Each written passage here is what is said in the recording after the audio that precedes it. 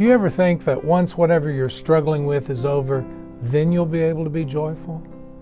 Does joy, as most of us think of it, sometimes feel contingent on things going well or being right with our world? Hi, I'm Tim Brewster, Senior Pastor of First United Methodist Church of Fort Worth, and I want to invite you to worship with us this week in the sanctuary. We're continuing our Advent worship series, Joy to the World, with the sermon, Make the Blessings Flow, Unabashed Joy.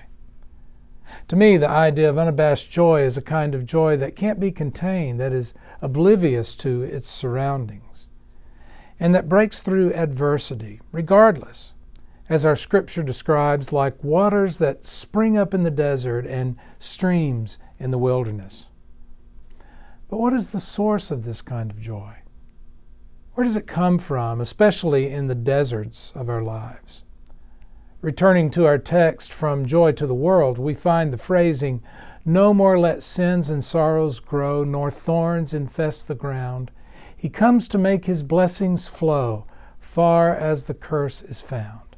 So perhaps we may wonder, what does it mean to make his blessings flow, regardless of whatever curse we may feel is upon us in our lives?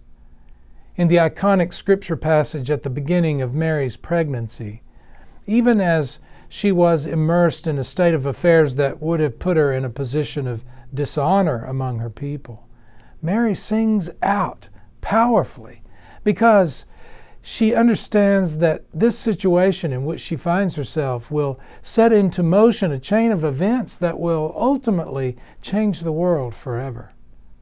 Have you ever witnessed unabashed joy, even in the face of hardship, that brings people together in a unique way? When I think of this kind of joy, I'm reminded of a story told by Terrence Elwyn Johnson of Margate Community Church in New Jersey.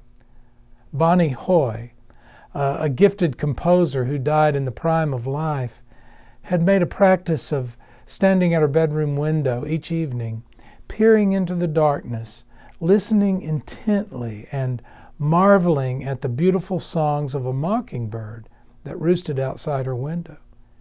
Musician that she was, one summer evening, Bonnie decided to sing back, whistling the first 4 notes of Beethoven's Fifth Symphony to the little bird.